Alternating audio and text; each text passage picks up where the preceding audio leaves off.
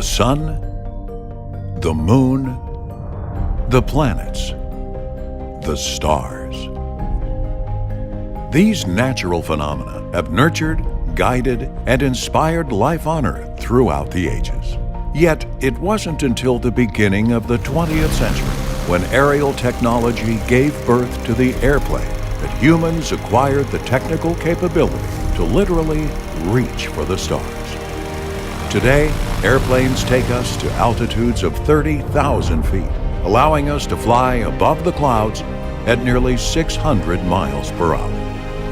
Halfway through the 20th century, we invented the technology to go even farther, and the satellite era had begun.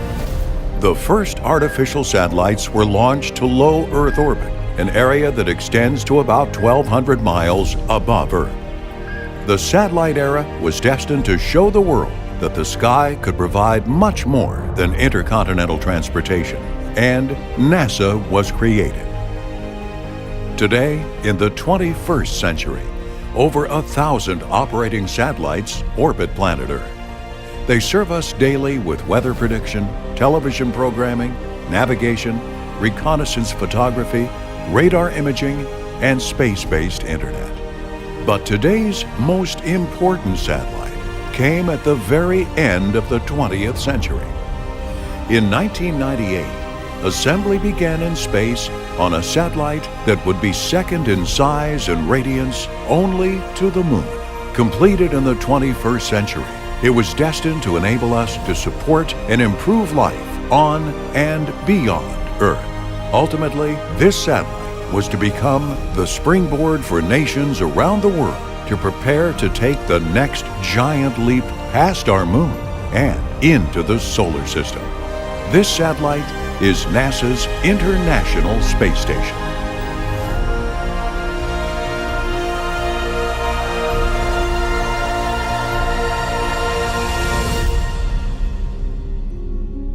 In an orbit about 250 miles above Earth, the station travels at a speed of 17,500 miles per hour, circling the globe every 90 minutes.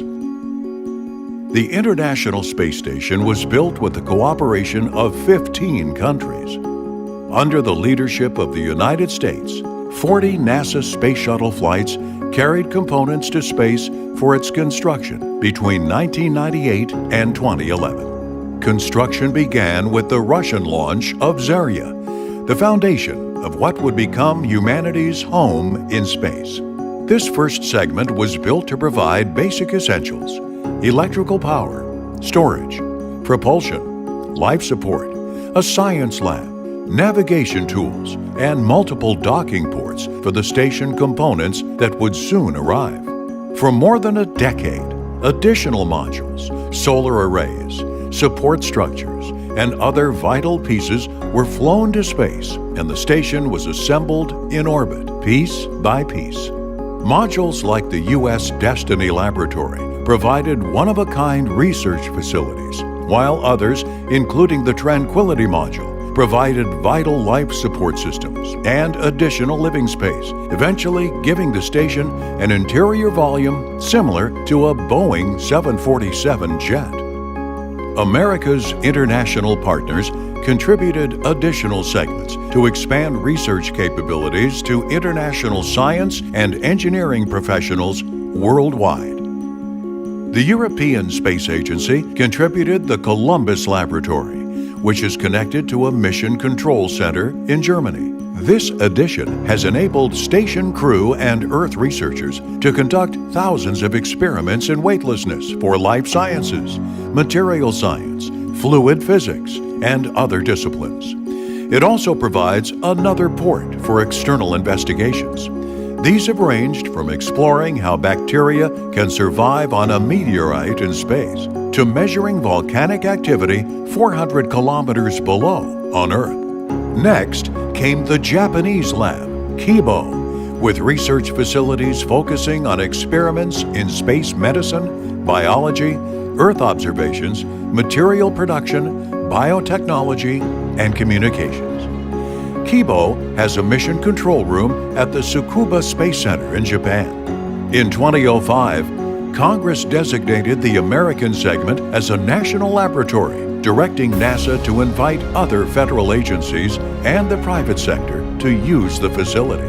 Completed in 2011, the station is the size of an American football field and can be seen among the moon, planets, and stars as it zooms over your house. To date, the station has hosted crew members from 17 countries, doing research in over 50 disciplines. Remarkably, 83 countries worldwide have used the research facilities. The completion of the International Space Station was one of the crowning achievements for NASA's Space Shuttle program. The workhorse spacecraft bore the majority of what is now the International Space Station into low Earth orbit, completing a task that no other vehicle could achieve. The retirement of NASA's 3 active shuttles produced a void in America's space transportation capability.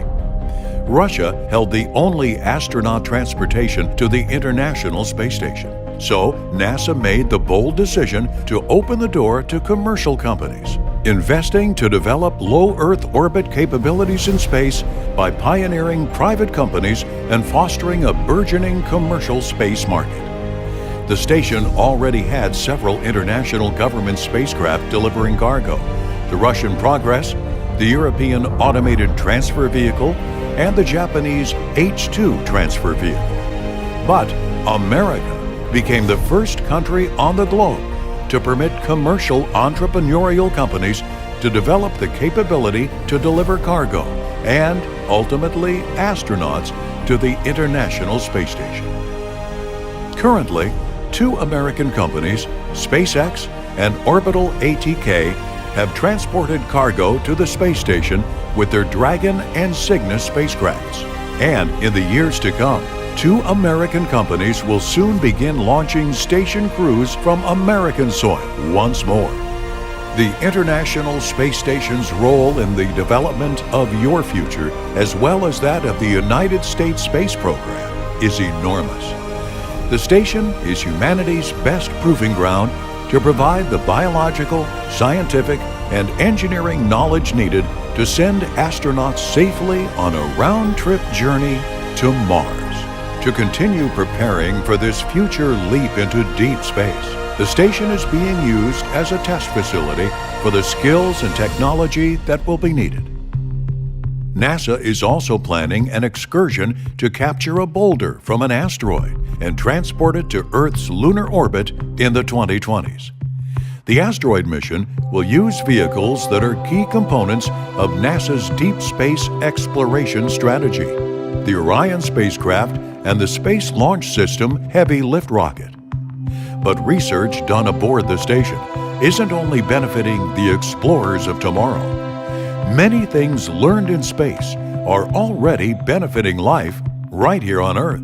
The human body's reaction to microgravity is similar in many ways to its reaction to aging on Earth. Studies in nutrition and exercise on how to preserve a functional body in space can be applied to counteract the effects of aging on the human body on Earth as well. And with the first year-long mission on the station already underway, NASA is pushing the boundaries of the human body's capabilities further than we have ever gone before. Research on the fundamental mechanisms of plant growth made possible by the microgravity environment could lead to improvements in plant production on Earth and will be vital if future explorers want to grow food on Mars. Water purification systems developed and perfected on the International Space Station have been used in remote locations on Earth that lack reliable access to clean drinking water. Technologies developed for a human Mars expedition, such as faster long-distance communication, 3D printers for equipment parts replacement, and expandable habitats for spacecraft, can be utilized in applications to improve life on Earth. Circling the Earth every 90 minutes, the station enjoys a unique vantage point and orbits over most of the populated sections of Earth. Station crews have captured tens of thousands of images of the surface beneath them, documenting dramatic natural events like volcanic eruptions, earthquakes, storms, coastal erosion, flooding, drought, and tsunamis. Station cameras have also performed invaluable services to Earth, ranging from agricultural and ecosystem diagnostics to tracking ships crossing the seas. Commercial research and technology development are major growth areas made possible by the station's role as a U.S. national laboratory. The number of commercial research and technology projects increased from 3 in 2012 to 107 in 2014. Companies of all sizes, including industrial leaders, are using the microgravity of space to test and develop products. With an eye on the future, the station provides thousands of students with the opportunity to design and launch their very own experiments into space, developing the next generation of American scientists and engineers. Today, NASA and the International Space Station invite you to join us for the first opportunity in history to participate in the academic challenges and commercial opportunities available as NASA travels beyond Earth to understand and explore the solar system. Join us as a participant or as an interested world citizen as NASA takes many more small steps for man, but giant leaps for mankind.